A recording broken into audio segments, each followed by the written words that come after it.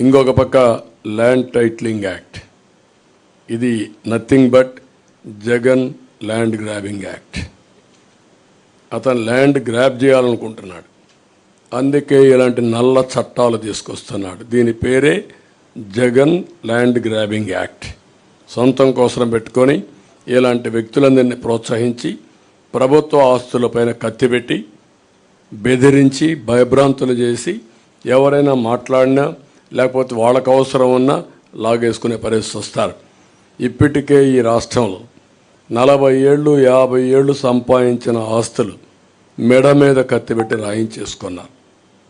అది ఒక పోర్టు కావచ్చు, లేకపోతే ఇంకొక పక్క ఒక భూమి కావచ్చు, ఒక ఇండస్ట్రీ కావచ్చు, లేకపోతే ఒక క్వారీ కావచ్చు, ఒక మైనింగ్ కావచ్చు, ఏదైనా సరే మీరు చూస్తే మొత్తం రాగించుకున్నారు.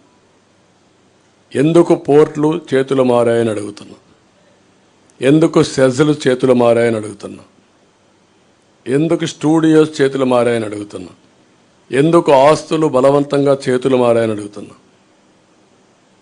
There is no answer. ప్రతి ఒక్కరూ ఏ స్థాయికి వచ్చారంటే మా ప్రాణాలుంటే చాలు, మేము బ్రతికితే చాలు, ప్రాణాలుంటే వేరే ప్రాంతాలకు పోయి 10 రూపాయలు సంపాదించుకుంటాం, ఇక్కడుండి మేము ప్రాణాలు పోగొట్టుకోలేమనే ఉద్దేశంతో సరెండర్ చేసేసారు. 30 ఏళ్ళు 40 ఏళ్ళు సంపాదించిన ఆస్తులవి. అలాంటి దుర్మార్గమైన కార్యక్రమాలు జరిగాయి. అవన్నీ కూడా నేను ఎగ్జాంపుల్ చెప్పమంటే